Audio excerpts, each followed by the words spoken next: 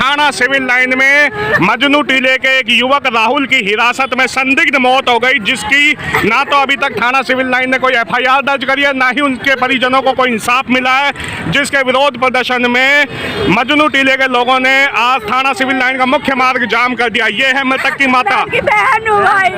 देखिए हाँ जी, बताइए। आपस में कोई छोटी मोटी नोक-झोंक करते, यहाँ पुलिस वाले लेके आए तो जिंदा, और हमने जितनी में हम आए तो उसको मार पीट के एक्सीडेंट घोषित कर दिया। भाई हमें बताओ, हमें इंसाफ चाहिए, बच्चा तो हमारा चला गया। थाना सिविल लाइन के सामने लंबा जाम लग चुका है, लेकिन अभी तक प्रशासनिक अधिकारी मौके पर नहीं आए। डीसीपी ऑफिस चंद कदमों पर, विधानसभा चंद कदमों पर, स्थानीय विधायक मात्र 100 मीटर की दूरी पर, केजरीवाल ठीक सामने, लेकिन कोई सुनवाई नहीं। पुलिस उन्होंने कल रात को ये कहा कि हमारे पास कोई कंप्लेंट ही नहीं आई, और आज कह रहे हैं हाँ कंप्लेंट आई है। इसकी वाइफ है।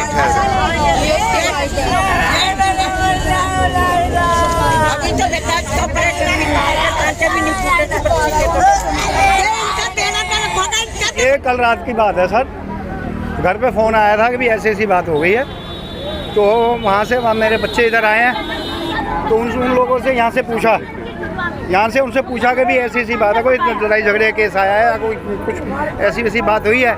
इन लोगों ने मना कर दिया। उसके 15-20 मिनट के बाद इन लोगों ने खुद बोला कि तुम्हारे बच्चे की बॉडी पड़ी है, तो इनको कैसे मालूम है हमारे बच्चे की? कहाँ डेड बॉडी मिली? डेड बॉडी इधर मिली है सामने। अब पुलिस वाले साहब जो ऑटो जो पुलिस वाले कह रहे एक्सीडेंट है थाने के अंदर, वो एक्सीडेंट केस बता रहे हैं, हमारे को सर नहीं रहे। आप ये बताओ, आप पुलिस वाले हो, आपने मेरा हाथ पकड़ रखा, मैं आपका हाथ छुड़ा के कैसे भागूंगी? जब मैं अंदर हूँ तो कर लूँ, नहीं भागूंगी। और आप देखो वहाँ, देखो वहाँ ना कोई ट्रैफिक है ना कोई कुछ है, वहाँ जाके कैसे एक्सीडेंट हुआ मेरे बच्चों को? हमने पुलिस वालों से पूछा कि भाई हमारा राहुल कहाँ है, तो वो कह रहा है एजेंसी को करवाने गए हैं, क्या नाम उसका, मेडिकल के लिए। हमने कहा ठीक है, फिर हमने उधर से आया तो मेडिकल नहीं आया, वो मरा हुआ है, और पुलिस कैसे आया करेंगे? आपकी पुलिस से बात हुई है क्या? पुलिस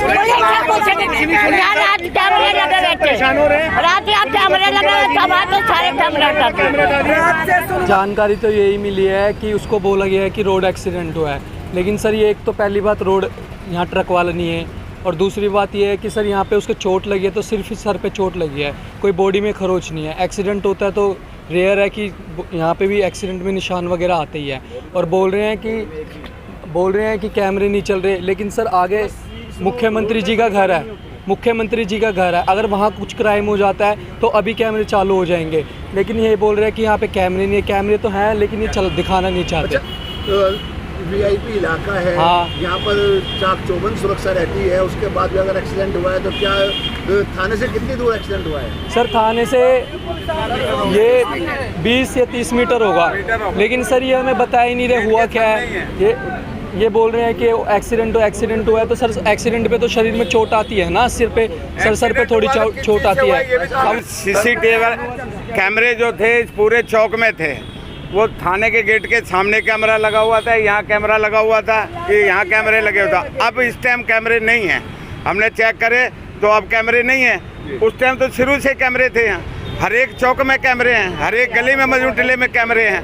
तो ना तो ये हमें उस बच्चे के बता रहे हैं भाई कैसे मरा, किस टाइम मरा, ये हमारे कुछ भी रात से परेशान कर रखा है, सब पब्लिक को, सब रिश्तेदारों को, हमारी सुनाई नहीं कर रहे हैं। ये हमें तो ये कल तक तो कैमरे थे, तो आज कैमरे क्यों नहीं है? कोई गलती हुई है? अब वो ये कह रहे हैं, हमने पूछा उनसे भाई ये कैमरे कहाँ गए, तो कहते ये तो थाना बन रहा था जब से कैमरे हटाए हुए हैं। तो हम तो डेली देखते हैं कैमरे हैं इधर। जहाँ दिल्ली सरकार बड़े बड़े दावे करती है इलाके में कैमरे लगे, मुख्यमंत्री रहता है यहाँ, डीसीपी बैठते हैं, बहुत बड़ा थाना है, पूरी दिल्ली में पुलिस जाती है यहाँ से दंगे फसादों में, मगर आज कैमरे कैसे नहीं है? यहाँ तो कैमरे होने चाहिए, और थे भी पहले। अंदर के कैमरे सब है, बाहर के कैमरे। मेरा नाम नताशा है, मेरे भाई का नाम चीनू राहुल है, और उसको प्यार से चीनू बुलाते हैं। कल रात को हम जाकर देख रहे, पूरी फैमिली हमारे भाई कॉलोनी में हो रहा था, तो रात के 11 बजे मेरे भाई का फ़ोन आया, रात के 11 बजे, हाँ 11 या 11:15 के टाइम 11 बजे फ़ोन आया कि नताशा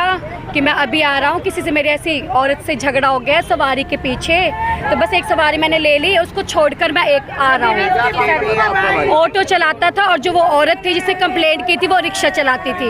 मैं उसको जानती हूँ क्योंकि मैं वहीं से रोज़ इंस्टीट्यूट जाती हूँ ना, तो मैं वो रोज़ वहीं से आती हूँ। तो उसकी कॉल आई, मैंने कहा ठीक है भाई आ जाओ, मैं कहा तुम लड़ो मत। वो कह रहा है ठीक है। फिर मेरे बड़े भाई का फ़ोन आया कि 11:30 बजे के करीब, 11:30 या 11:35 कुछ ऐसे, अरे रोक, 11:35 के बीच। तो फिर मेरे बड़े भाई का फ़ोन आया कि तेरे भाई को ना वो पुलिस वाले उठा कर ले गए। मैंने कहा चलो कोई बात नहीं, छोटी मोटी बात है। मैं कहा सवारी के पीछे, मैं कहा कोई नहीं छोड़ देंगे, ये नॉर्मल है।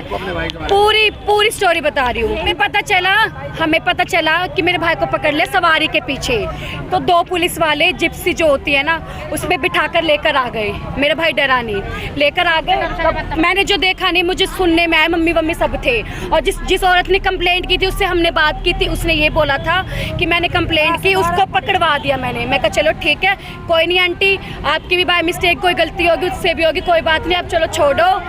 फिर वो अंदर गए, मम्मी हम सब। मैंने कहा चलो भाई का है मेरा, ये तो बता दो, चलो आप जेल में भी डालोगे, उसकी शक्ल दिखा दो हमें। उन्होंने बोला कि हमारे पास है ही नहीं। और जिस औरत से हमने बात की उन्होंने बोला कि वो ये 2 पुलिस वाले ले गए हैं। उन्होंने खुद बोला विधानसभा से वहाँ लेकर गए हैं। और जो औरत ने कंप्लेंट की उसने खुद बोला कि मैंने कंप्लेंट की, पुलिस वाले लेकर गए हैं। जानकारी मुझे ये मिली कि वो उसको मेडिकल के लिए लेकर गए थे, छोटी बात के लिए मेडिकल के लिए लेकर गए। जो मैंने सुनी है उसको मेडिकल के लिए लेकर गए, सबने जो इन्होंने ये बताया मेडिकल के लेकर ले गए। कह रहा मेरा हाथ छुड़वा, यहाँ एक्सीडेंट नहीं हुआ, जैसे मेडिकल जहाँ कहाँ होता है मेडिकल, हाँ पुलिस लाइन मेडिकल होता है, वही कुछ मतलब कि एक्सीडेंट हो गया था ट्रक से, वहाँ एक्सीडेंट। उन जो पुलिस वाले थे ना उन्होंने यहाँ फेंक दिया झाड़ में, उनका ब्लड भी होगा, आप देख लो ब्लड स्टेन होगा वहाँ पर है। और उन्हें बताया नहीं, पुलिस वालों को पता था कंप्लेंट आई। हमने पुलिस वालों को बोला कि हमारा भाई क्या है, कह रहा कोई कंप्लेंट यहाँ नहीं आई। और हाँ गाड़ी थाने में यही है, कैमरा जो ऑटो चलाता था वो कल रात का यही पड़ा, कैमरा देख लो, यहाँ एक व्हाइट कलर का कैमरा था और वहाँ भी एक कैमरा था, रातों रात उन्होंने हटा दिया। फिर वहाँ में गए, फिर उन्हें बोला पुलिस वालों ने कि अपने भाई की फोटो दिखाओ, उन्होंने बोला फोटो दिखाओ। फिर उन्होंने बोला एक बार आप वो कंफर्म कर लो आपकी वो बॉडी तो नहीं है, पूरा फेस तो उसका पूरा डैमेज हो गया, पूरा फेस डैमेज हो गया। हमने उससे जो उसके टैटू पड़ा था ना, मॉम डैड का बना हुआ था हाथ का टैटू, हमने उससे पहचाना कि हमारा भाई है। और उसकी डेड बताऊँ कितने बजे हुई थी, 12 बजे उसकी डेड हो गई थी, मतलब वो पूरा मर गया था। और हमें 2-3 बजे बताया कि यहाँ वो मरा हुआ पड़ा है इन पुलिस वालों ने। अगर वो उसी टाइम बताते तो बच जाते, वो उन्हीं की फॉल्ट थी, उन्हीं की वजह से मर रहा है। 23 उसकी 23 साल की उम्र थी, हाँ, और वही कमाता था, वही ऑटो चलाता था मेरी मम्मी के। अरे उसका वो लड़का है, ये छोटा उसका लड़का है, और इस 1 महीने का एक और लड़का है, और इसके लिए छोटा लड़का। सर सीसीटीवी कैमरे जो थे इस पूरे चौक में थे, वो थाने के गेट के सामने कैमरा लगा हुआ था, यहाँ कैमरा लगा हुआ था, कि यहाँ कैमरे लगे हुए थे। अब इस टाइम कैमरे नहीं हैं, हमने चेक करे तो अब कैमरे नहीं हैं। उस टाइम तो शुरू से कैमरे थे यहाँ, हर एक चौक में कैमरे हैं, हर एक गली में मजनू टिले में कैमरे हैं। तो ना तो ये हमें उस बच्चे के बता रहे हैं भाई कैसे मरा, किस टाइम मरा, ये हमें कुछ भी रात से परेशान कर रखा है। सब पब्लिक को, सब रिश्तेदारों को हमारी सुनाई नहीं कर रहे हैं। कल तक तो कैमरे थे, तो आज कैमरे क्यों नहीं है? कोई गलती हुई है? अब वो ये कह रहे हैं, हमने पूछा उनसे भाई ये कैमरे कहाँ गए, तो कहते ये तो थाना बन रहा था जब से कैमरे हटाए हुए हैं। तो हम तो डेली देखते हैं कैमरे हैं इधर। जहाँ दिल्ली सरकार बड़े बड़े दावे करती है इलाके में कैमरे लगे, मुख्यमंत्री रहता है यहाँ, डीसीपी बैठते हैं, बहुत बड़ा थाना है, पूरी दिल्ली में पुलिस जाती है यहाँ से दंगे फसादों में, मगर आज कैमरे कैसे नहीं है? यहाँ तो कैमरे होने ही चाहिए।